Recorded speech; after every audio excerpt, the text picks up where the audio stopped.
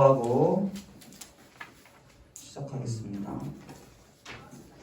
하나님 아버지 감사합니다. 오늘도 이렇게 주의 전에 나와서 예배드리게 하시니 감사드립니다. 이 시간 찬양 부를 때 정말 온 마음 다해서 진심을 다해 노래할 수 있는 저희들 될 수 있도록 주님께서 인도해 주시옵시고 주님만을 높이는 청년부가 될 수 있도록 주님께서 인도해 주시옵소서. 감사드리며 예수님의 이름으로 기도드렸습니다. 오늘 부르는 찬양이 조금 생소한 찬양들일 수도 있는데 같이 찬양하면서 배워보도록 하겠습니다. 첫째로는 어두운 날 다 지나고 찬양하시겠습니다.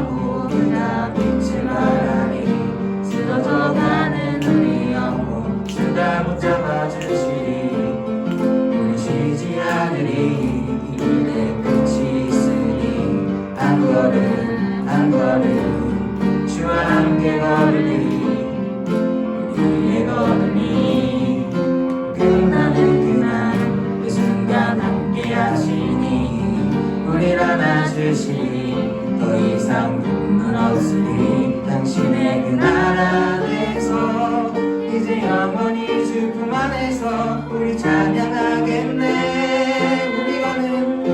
우리가 는 이 길 세상이 미련하다 해도 우리는 주가 보여주신 그한 소망이 있으니 어둠의 조금조차 그곳에 들이지 못해 당신의 나라에 우리 영원히 우리가 는 이 길 세상이 미련하다 해도 우리는 주가 보여주신 그한 소망이 있으니 어둠의 조금조차 그곳에 들이지 못해 당신의 나라에 우리 영원히 다시 한번 찬양하겠습니다. 우리가 는 이 길 세상이 미련하다 해도 우리는 주가 보여주신 그한 소망이 있으니 어둠의 조각조차 그곳에 들이지 못해 당신의 나라에 우리 영원히 거하네.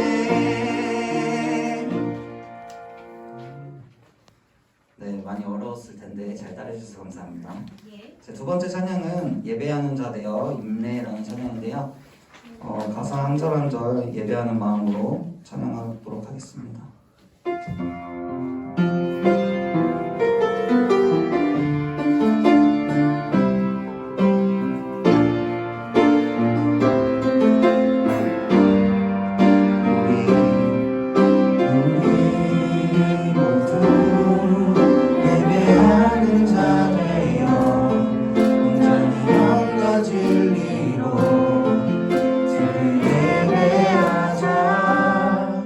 주가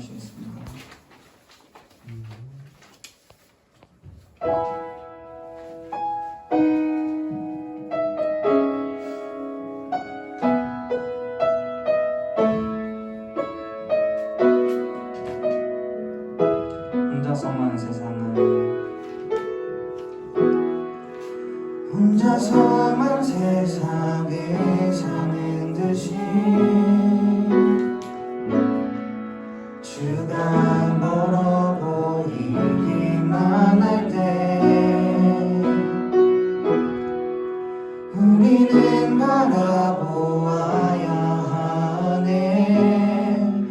우리에게 오셨던 그 주님을 다시 한번 찬양하겠습니다.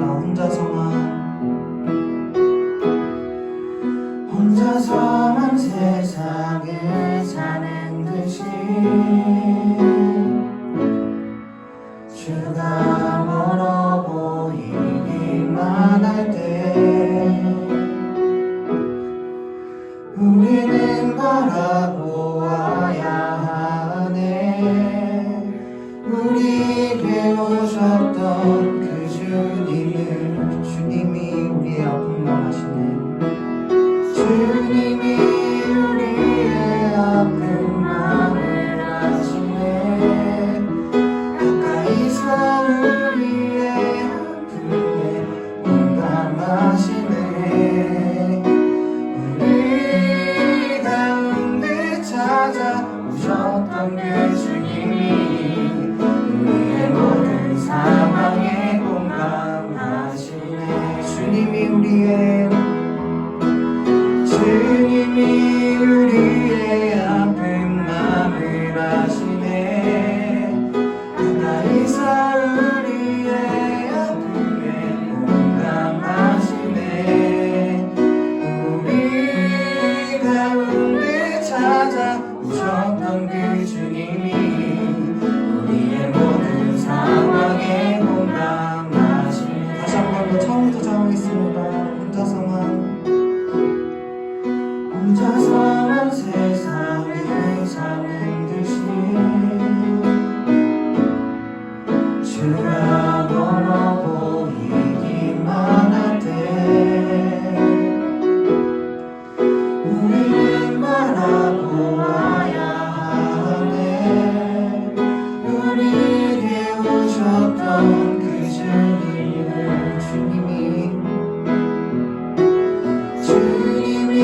우리의 아픈 마음을 아시네. 가까이서 우리의 아픔에 공감하시네. 우리 가운데 찾아오셨던 그 주님이 우리의 모든 상황에 공감하시네.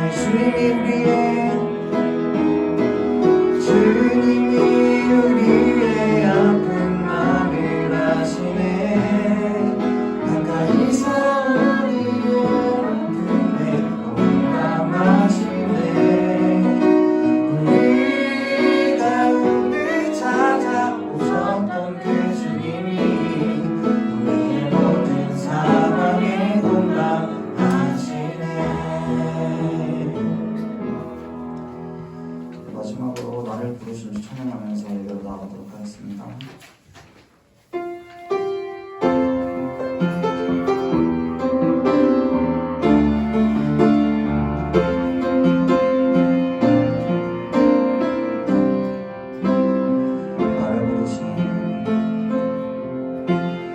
나를 부르신 주가 이루어 주시네. 잠시 넘어지더라도 붙잡아 주시네. 나의 걸어가는 길 늘 동행하시네. 혼자라 생각했던 삶 늘 함께 하셨네. 나를 부르신 주가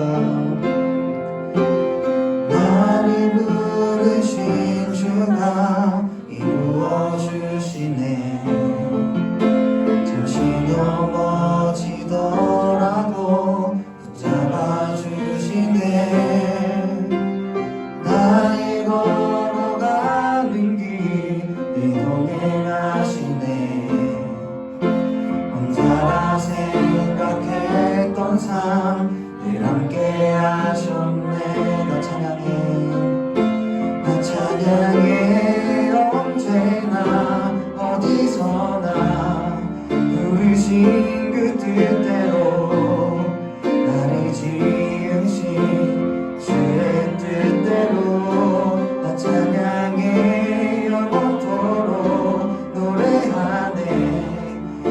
나를 부르신 대로 주를 찬양하며 살아가리라. 다시 한번 처음부터 찬양하겠습니다. 나를 부르신 주가 나를 부르신 주가 이루어 주시네. 잠시 넘어지더라도 붙잡아 주시네.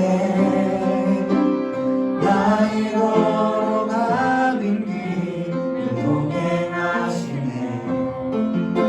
혼자라 생각했던 삶 늘 함께 하셨네. 나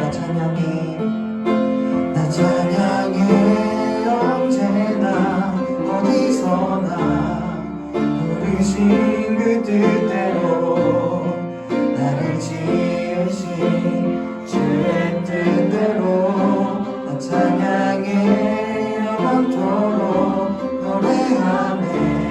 나를 부르신 대로 주를 찬양하며 살아가리라. 나 찬양해 언제나 어디서나 부르신 그 뜻대로 나를 지으신 주의 뜻대로 나 찬양해 영원토록 노래하네. 나를 부르신 대로 주를 찬양하며 살아가리라. 다시 한번 찬양했습니다. 나 찬양해 언제나 어디서나 부르신 그 뜻대로 나를 지으신 주의 뜻대로 나 찬양해 영원토록 노래하네. 나를 부르신 대로 주를 찬양하며 살아가리라. 같이 목소리로만 찬양했습니다. 나 찬양해 언제나 어디서나 부르신 그 뜻대로 나를 지으신 주의 뜻대로 나 찬양해 영원토록 노래하네. 나를 부르신 대로 주를 찬양하며 살아가리라. 이 시간 김유석 청년 나와서 기도해 주시겠습니다.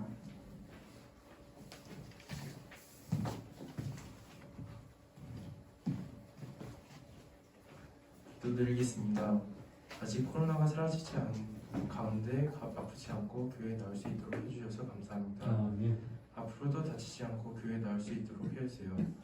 그리고 오늘 모든 사람들도 다음에는 볼 수 있도록 해주세요.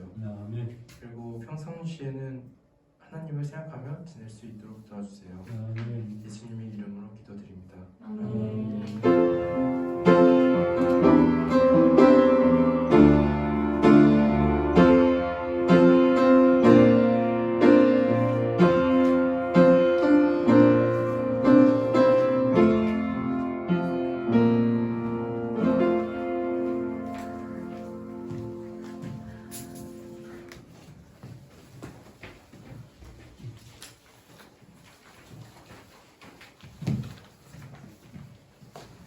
이길 목사님이 예수는 부활이시다라는 제목으로 말씀 요한복음 말씀 공독해. 요한복음 11장 25절에서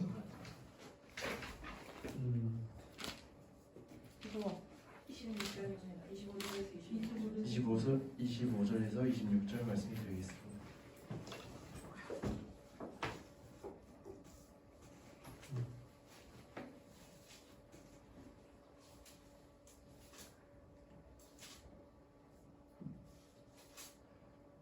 봉독하겠습니다. 예수께서 이르시되 나는 부활이요 생명이니 나를 믿는 자는 죽어도 살겠고 무릇 살아서 나를 믿는 자는 영원히 죽지 아니하리니 이것을 내가 믿느냐. 아멘. 문재일 목사님께서 예수는 부활이시다라는 제목으로 설교해 주시겠습니다.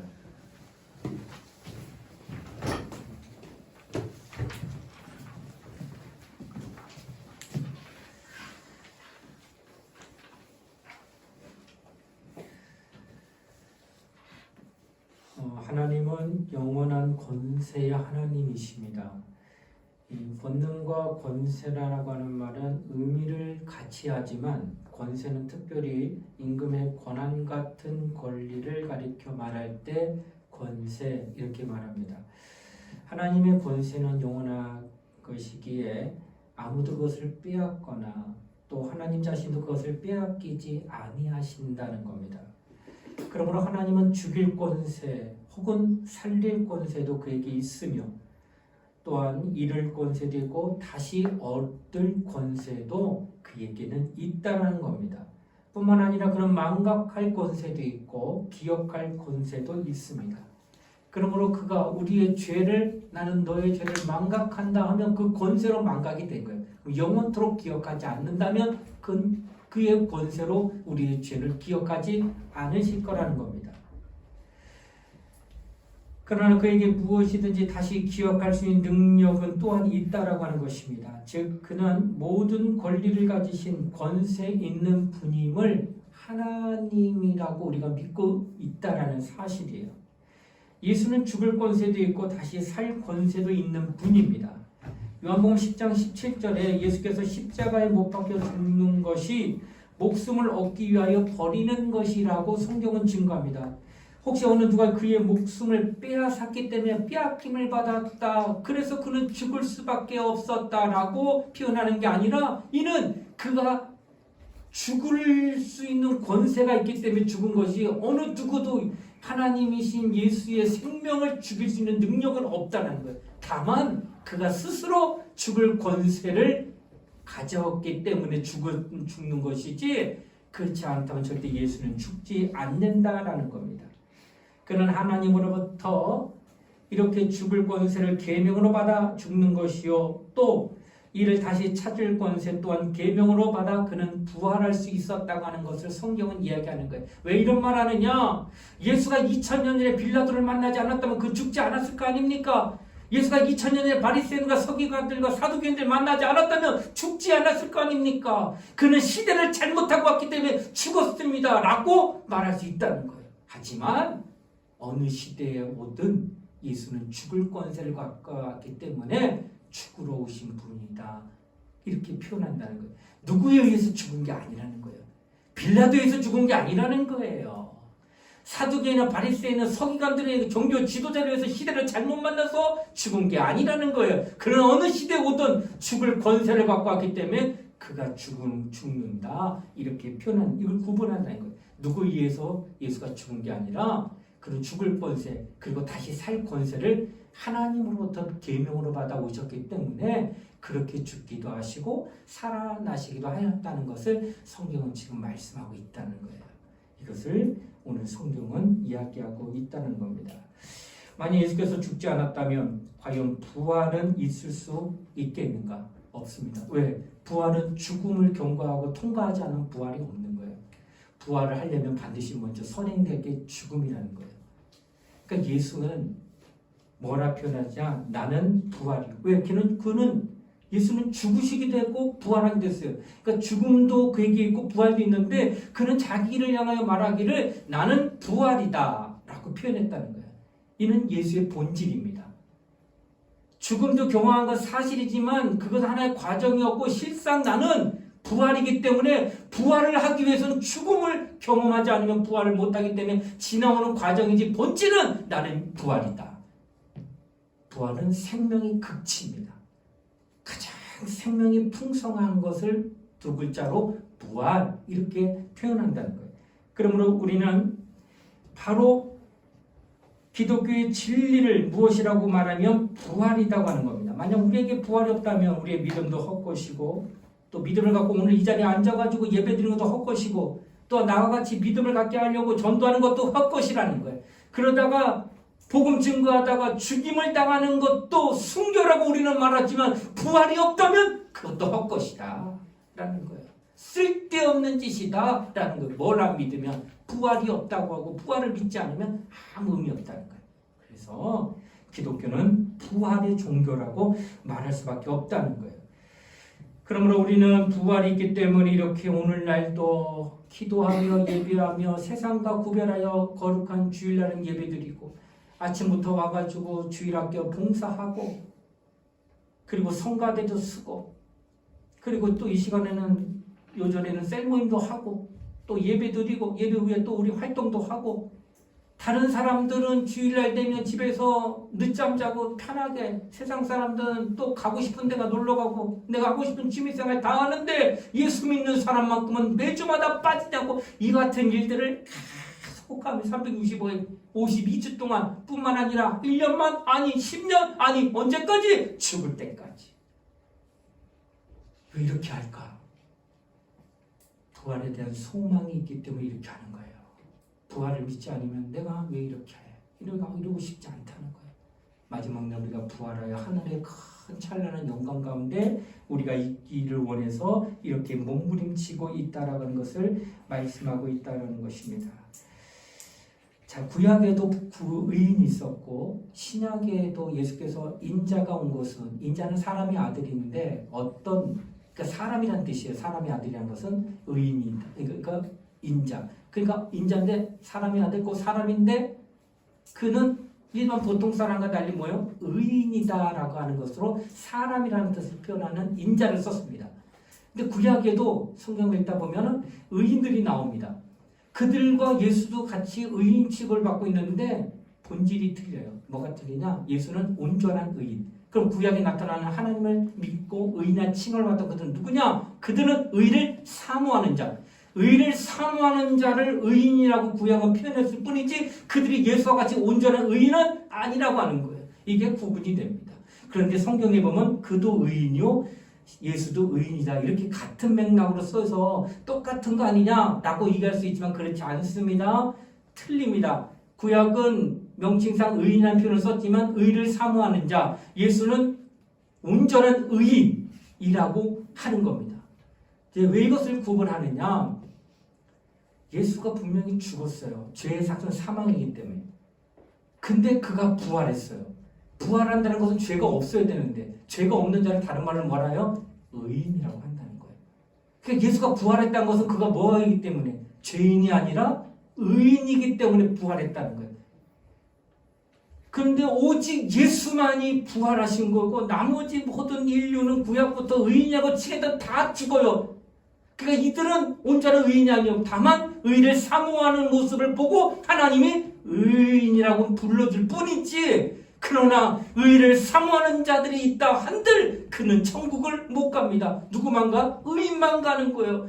그래서 예수가 이 땅에 와서 의인이신 그가 인류의 죄를 대신 담당하여 죽으시고 그 죄를 속죄하고 속량하시고 난 뒤에 부활하심으로 말미암아 의인이니까 부활하시고 그러나 분명히 죽었어. 누구 죄를 뒤집어쓰고 의인은 자기 죄 뒤집어쓰고 죽었어요. 남의 그 인류의 죄를 뒤집어쓰고 인류의 죄가 사해지는 거예요. 뒤집어쓰기 때문에.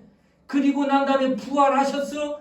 그거 의인임을 나타내므로 말미암아 우리의 죄를 대신 짊어지고 갔다는 사실이 증거가 된 거예요. 만약 살아나지 않았다면 그도 죄인 우리 죄를 뒤집어썼다고 말할 수 없다는 거예요. 부활했기 때문에 우리의 죄를 뒤집어쓰고 죽어 있었다는 분임을 확인했다는 거예요. 그래서 그때부터 그것을 믿는 믿음을 가진 자들은 예수가 의인인 것처럼 우리도 의롭다 칭함을 받는다는 거예요. 이렇게 돼야 의인이라 칭함받는 거하고 구약의 의를 사모하는 자들하고는 근본이 틀려요. 여기는 예수와 연합한 자예요. 예수와 함께한 자예요. 그렇기 때문에 예수와 함께 천국 가지만 이들은 천국을 못 갑니다.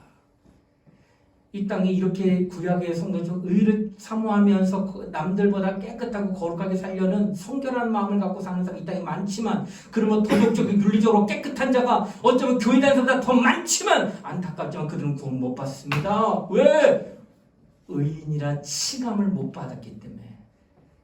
천국 가는 것은 오직 의인이라 칭함을 받은 자들이 가는 거예요. 그게 예수와 함께한 자들이 예수로 말미암아 구원을 받아 의롭다함을 받는 그들이 온전한 의인이라는 바늘에 서서 함께 간다는 거예요.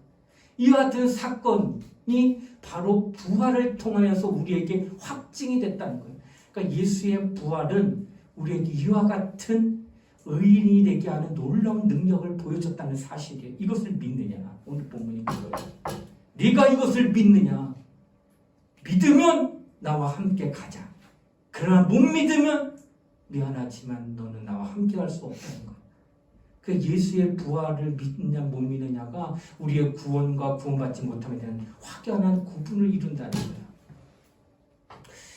근데 예수의 부활이 과연 정말로 사실이고 역사적인 것이냐라고 묻는다면 그렇다면 우리는 어떻게 대답할 수 있겠느냐라고 하는 것이에요.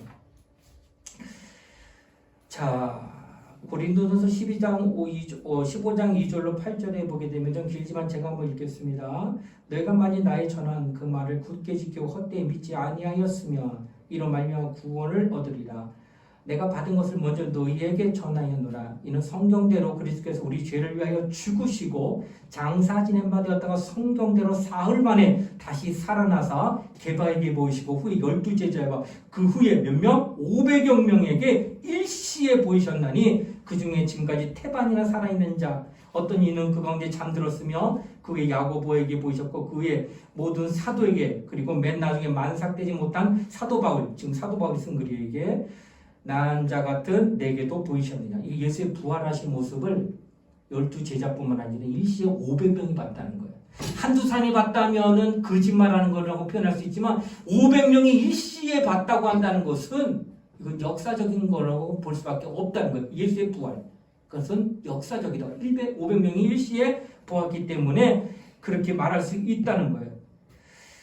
자, 이렇게 감람산에서 하늘을 승천하시는 그 마당에서 500명의 일시에 부활하신 그를 눈으로 본 많은 수많은 사람들, 그들은 헛것을 본 게 아니라 역사적으로 분명히 살아나신 분을 보았다라고 하는 증거를 성경은 지금 기록하고 있다는 거예요. 예수의 부활이 가짜가 아니다라는 거예요. 예수의 부활이 꾸며낸 얘기가 아니다라는 거예요. 예수의 부활은 역사적인 사실이라고 하는 사실을 지금 성경은 기록하고 있다는 거예요. 누가라고 하는 사람은 의사입니다. 여러분, 의사는요 굉장히 모든 근거를 과학적으로 말하는 자들이에요. 그러니까 누가가 의사이기 때문에 그가 쓴 누가복음을 보게 되면은 추후에 자신의 생각, 자신의 어떤 사적인 이야기, 자신의 어떤 경험적인 이야기 안 씁니다. 그건 과학적인 게 아니기 때문에. 그래서 있는 모습 그대로를 과학적으로 적은 자가 누구고? 누가라는 제자예요. 그가 쓴 책이 뭐예요? 사복음서 가운데 누가복음이에요. 근데 그 누가복음을 왜 썼느냐?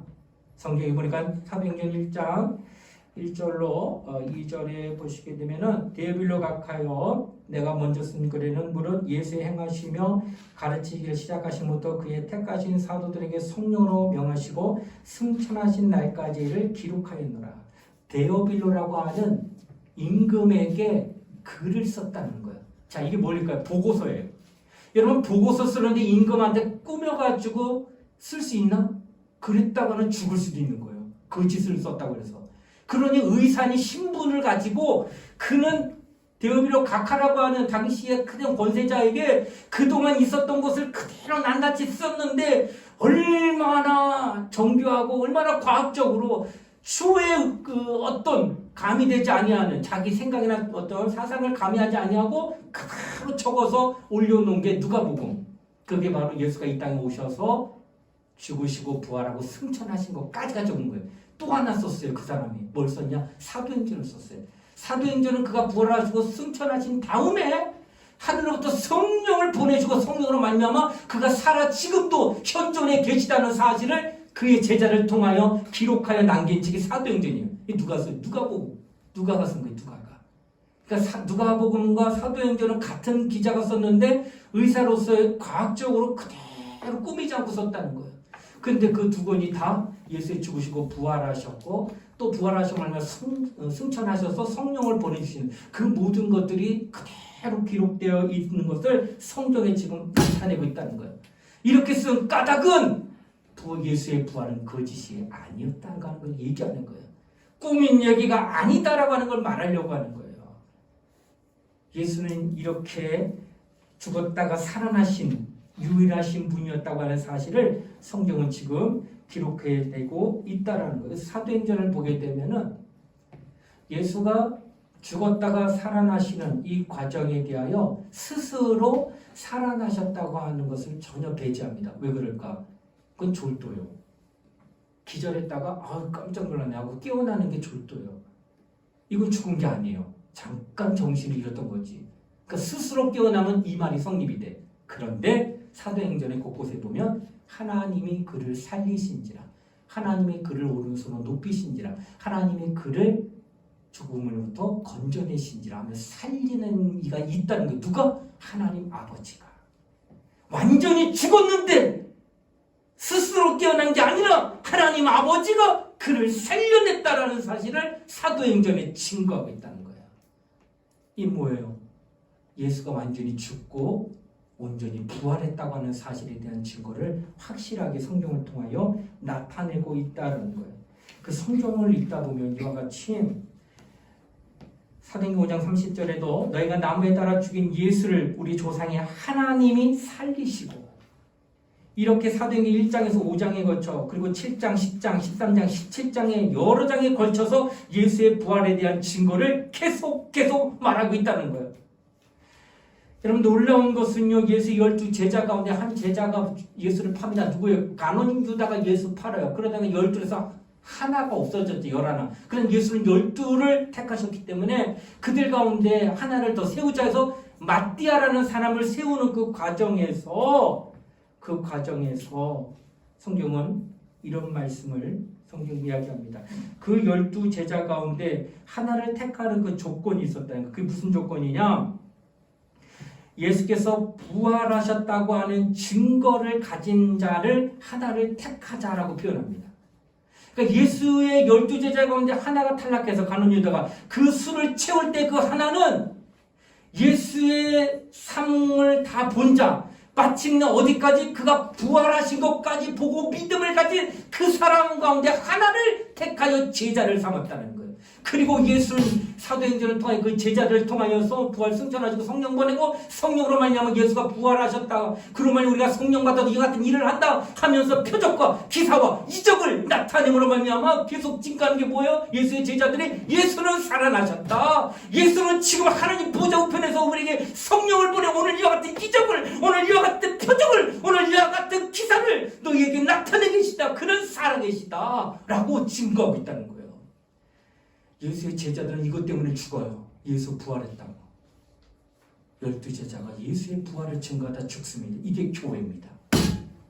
교회는 기본적으로는 거룩하고 깨끗하고 성결하게 도덕적 윤리적으로 살아야 된다는 것은 기본이에요.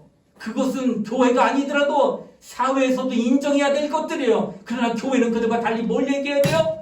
부활에 대한 이야기를 하게 되는, 세상 어디에도 부활에 대한 이야기를 교회 밖에서 들을 수는 없습니다. 교회 안에서만 부활을 듣게 돼요. 그것이 바로 우리가 기독교의 본질로 부활을 믿는 믿음을 말하고 있는 것이다라고 성경은 이야기하고 있다고 하는 것입니다. 이제 그가 부활하셔서 하나님 보좌 우편에 올라가셨고, 우편에 올라가심으로 말미암아 우리에게 성령 보내고 성령으로 말미암아 제자들이 표적과 기사와 이적을 드러내는 가운데에 가장 먼저 드러난 게 뭐예요? 성령인 하나님이시고 삼일체 가운데 그가 우리 가운데 임했다는 것은 하나님의 나라가 우리에게 임한 거예요. 여러분, 대통령이 나라를 떠나서 비행기를 타고 어느 나라 가게 되면은 국토는 여기에 있지만 국토에 권한하는 권세가 그냥 가 있는 거예요. 그래서 대한민국이 좀 움직이고 있는 거와 똑같다는 거예요. 대통령이 움직이면. 마치 이 성령이 우리에게 하늘나라가 우리가 온 거랑 똑같다는 거예요. 그러다 보니까 이 땅에 어둠의 영, 세상 임금, 여기에 있던 뭐 더러운 영들, 이 귀신이 있다 알아봐요. 그래서 성령으로 나사렛 예수를 명하는 귀신이라 떠나라면 그것이 발칵 뒤집어지는 거예요. 놀랍게도 구약의 엘리야, 모세, 다윗, 예레미야, 어마어마한 믿음의 선조들이 있지만 그 누구도 귀신에 대한 정체를 드러내지 못했습니다. 믿음은 있었는데, 그런데 예수가 부활하시고 승천하시고 성령 보내시고 제자들을 통하여서 나타나는 게 귀신이 나가더라는 거예요. 그리고 병도 고치더라는 거예요. 이게 바로 부활을 통한 하나님의 아들이 우편보좌에 가심으로 하며 성령이 우리에게 임했다는 증거를 보여주시고 이런 모든 것이 다 부활을 통해 이루어졌다는 사실에 대한 증거라고 하는 거예요. 그러니 예수의 부활이 우리에게 주는 혜택이 얼마나 커요. 예수의 부활로 말하면 내 죄가 사해졌다는 거, 그게 증거가 되고, 그리고 내가 의인이 됐다는 거, 그러면 나도 부활할 거예요. 뿐만 아니라 부활하기 전에 이 땅에 머물 때에 하나님의 성령도 내가 받을 수 있고, 성령으로 말미암아 내게 권능이 나타나요. 권능이 나타나니 귀신이 발각 뒤집어지고 예수의 이름으로 쫓아내기도 하고, 병든 자를 위해 기도할 때 나음받는 역사가 내 안에서 다 일어나요. 어떻게? 예수가 부활하셔서. 예수가 부활하지 않았다면 그 모든 것들은 일어나지 않습니다. 그처럼 내가 예수의 부활을, 오늘 본문 말씀 말하기를 25절로 26절에 예수께서 이르시되 나는 부활이요 생명이니 나를 믿는 자는 죽어도 살겠고 무릇 살아서 나를 믿는 자는 영원히 죽지 아니하니 이것을 네가 믿느냐 묻는 겁니다. 여러분 예수의 부활을 믿습니까? 정말 믿습니까? 라고 물을 때 그 믿음에 대해 화답하며 아멘 나는 믿습니다 하면 당신에게 모든 것이 다 오는 거예요. 의인한 칭함을 받게 구원받은 자녀가 됐다는 사실, 의인이 됐다는 사실, 그리고 여러분이 그런 거룩한 자가 됐기 때문에 성령이 임할 수 있는 모든 것이 준비된 거룩한 자라는 자가 됐고, 마침내 내가 성령을 삼으니 성령이 임한 자가 되어 성령을 성전 삼어 모신 자가 되었고, 그로 말미암아 권능이 따라오고 권능이 나타나고 귀신이 쫓겨나가고 병도 고쳐지고 어둠의 더러운 것들이 다 없어지는 그 놀라운 역사를 나는 지금 가지고 있다는 거예요. 이 얼마나 큰 은혜입니까? 이것을 부활을 통하여 다 이루었다고 성경은 말하는 거예요. 그러니 내가 부활을 안 믿으면 아무것도 없는 거예요. 내가 부활을 안 믿으면 이 모든 것들은 나와 상관없는 거예요. 내가 부활을 믿기 때문에 이 모든 것들이 나와 함께하는 거예요. 그래서 강력하게 얘기합니다. 나는 부활이요 생명이니 네가 이것을 믿느냐? 여러분 믿어야 돼요. 믿어야지만 모든 게 다 이루어지는 겁니다. 그래서 믿음이 없이는 주를 뵐 수 없고 믿음이 없이는 주를 기쁘시게 할 수 없다고 성경 히브리서에 말씀하는 것처럼 믿음을 가져야 된다라고 하는 것을 성경은 지금 말씀하고 있다라고 하는 것입니다. 주여, 우리 한번 따라합니다. 주여, 내게 부활의 능력을 주시옵소서. 내게 부활의 능력을 주시옵소서. 부활의 생명의 이적을 주시옵소서. 부활의 생명의 이적을 주시옵소서. 네. 이렇게 정말 구하시고 믿고 하나님 앞에 나가시기 바랍니다. 여러분이 생명이 넘치면요, 여러분과 함께하고 싶은 사람들이 자꾸 생길 거예요. 난 이거 참 기뻐요. 사람이 외모가 예쁘고 남보다 학식이 많아서 그 사람을 가지고 싶은 게 아니라 그 사람만 있으면 내 마음이 편안해. 그 사람만 같이 얘기만 해서 나 마음이 참 좋아. 이런 사람이 되어야 돼. 이런 사람은 배우지 안 하고 또 이런 사람은 뭐 가진 게 없어도 사람들이 늘 함께, 여러분 사람과 함께하는 게 가장 기쁜 겁니다. 나는 다 가졌는데 내 주변에 사람이 하나도 없는 게 행복할까? 아니요. 다른 건 부족해도 사람이 늘 나와 함께하며 기쁨을 같이 나누는 거, 그게 참 그리스도의 향기가 나는 사람입니다. 우리는 그런 사람이 되었으면 좋겠어요. 생명력이 넘치면 돼요. 부활을 믿고 부활의 생명력이 넘치는 사람에게는 꽃에 벌들이 모이는 것처럼 향기가 나기 때문에 그런 것처럼 내게도 생명의 향기가 나면 공부한 사람들이 모여요. 나와 함께하고. 다윗이 도망 다녔어요. 아들이 죽이려고 해서. 근데 그 홀로 단신으로 궁을 몰래 빠져나왔던 다윗하고 몇 명이 같이 다니냐? 400명이 같이 다녀요. 지금 도망자 이게. 왜? 다윗과 함께 있으면 나는 마음이 편안해. 난 다윗과 함께 있으면 난 뭐든지 할 수 있을 것 같아. 이런 사람이 된 거예요. 다윗이. 실패자죠. 바깥에 보면 아들한테 쫓기는 인생인데, 근데 사람은 그와 함께하는 거예요. 그때 만난 사람들은 뭘 보고 만난 거예요? 돈 보고 그 사람 쫓아간 거예요? 권력 보고 그 사람 쫓아간 거예요? 아니요. 쫓기는 자기 때문에 그런 건 아무것도 상관없는 거예요. 그 사람. 다만 그가 생명이 넘치는 사람이란 걸 인정했기 때문에 가는 거예요. 우린 그런 사람 돼야 돼. 그래서 여러분 주변에 사람들이 함께하려는 그 아름다움, 생명력이 풍성함이 나타나는 그런 성도가, 또 우리 그런 우리 청년부가 되기를 원해요. 이런 사람의 말 한마디는 위로가 됩니다. 이런 사람의 행동 하나하나는 참 힘이 됩니다. 나는 우리 청년들이 그런 믿음을 가지고 하나님 앞에 나오는 우리 모두가 되기를 소원합니다. 우리 모두 다 그런 믿음을 가지고 하나님 앞에 부활의 능력과 생명력 넘치게 해달라고 기도하는 우리 모든 청년부 되시길 주의 이름으로 축원을 드립니다. 예, 함께 기도하겠습니다. 우리 통성으로 이 시간에 간절하게 기도할 때 예수는 부활이십니다.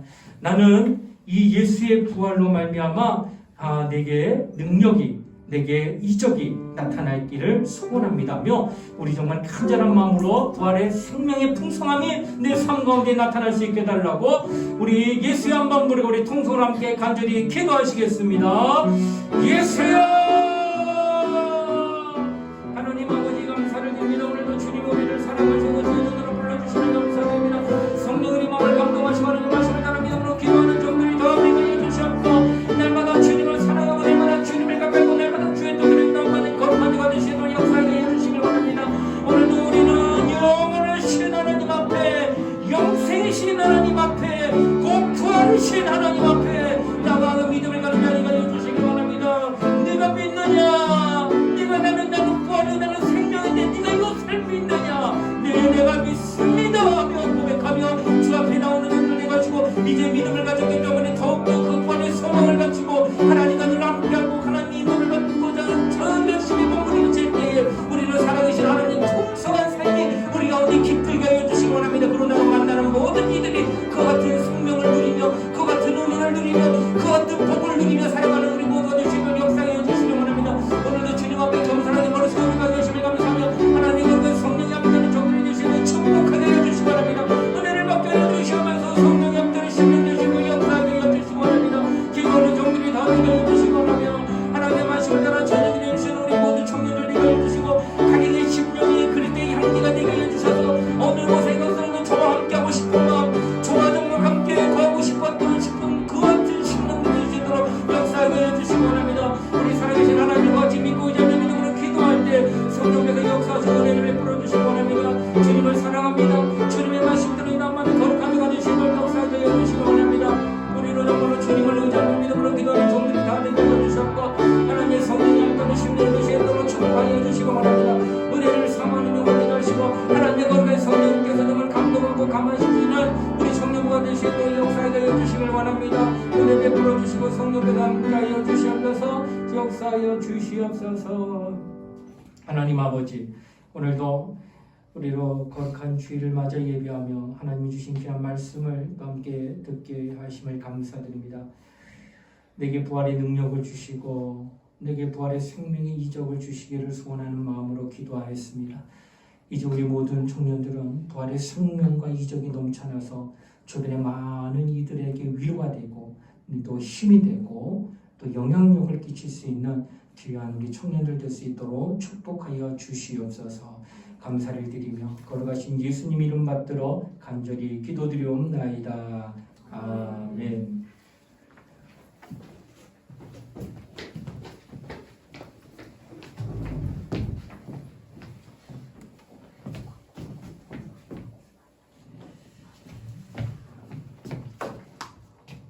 광고 하겠습니다.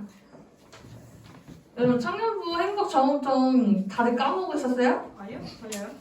많이 활용을 잘 안 하시는 것 같아가지고 많은 활용 부탁드리고요. 다음 주는 본당에서 예배를 드립니다. 그리고 예배 후에 바로 꽃놀이 출발할 거니까 모두 다 같이 참석해 주시길 바랍니다.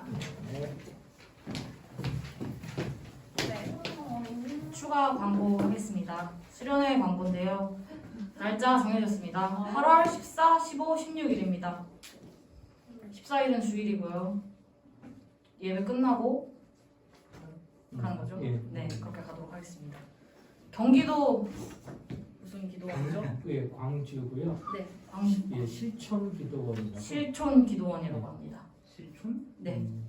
여기 14, 15, 16이요? 네, 그리고 여기 칼럼에 목사님 쓰신 것처럼 시간을 내서 참여하는 청년부가 됐으면 좋겠습니다. 네. 네, 찬양하겠습니다.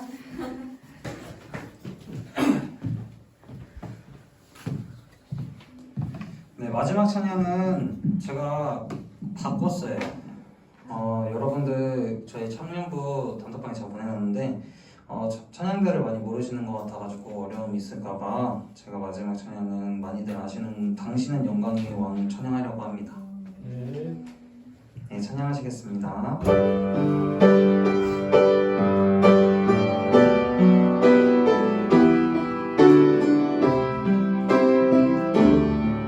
당신은 영광의 왕 당신은 영광의 왕 당신은 평강의 왕 하늘과 땅의 주 당신은 정의의 아들 천사가 무릎을 꿇고 예배하고 찬송하네 영원한 생명 말씀 당신은 예수 그리스도 주 호산나 다윗의 자손께 호산나 물러왕 중의 왕 높은 하늘에 영광이 예수 주 메시아 호산나 다윗의 호산나 다윗의 자손께 호산나 물러왕 중의 왕 높은 하늘에 영광이 예수 주 메시아 네 마지막으로 찬양하겠습니다. 호산나 호산나 다윗의 자손께 호산나 불러왕 중의 왕 높은 하늘에 영광이 예수 주 메시아 네 목사님 나오셔서 축도해 주시겠습니다.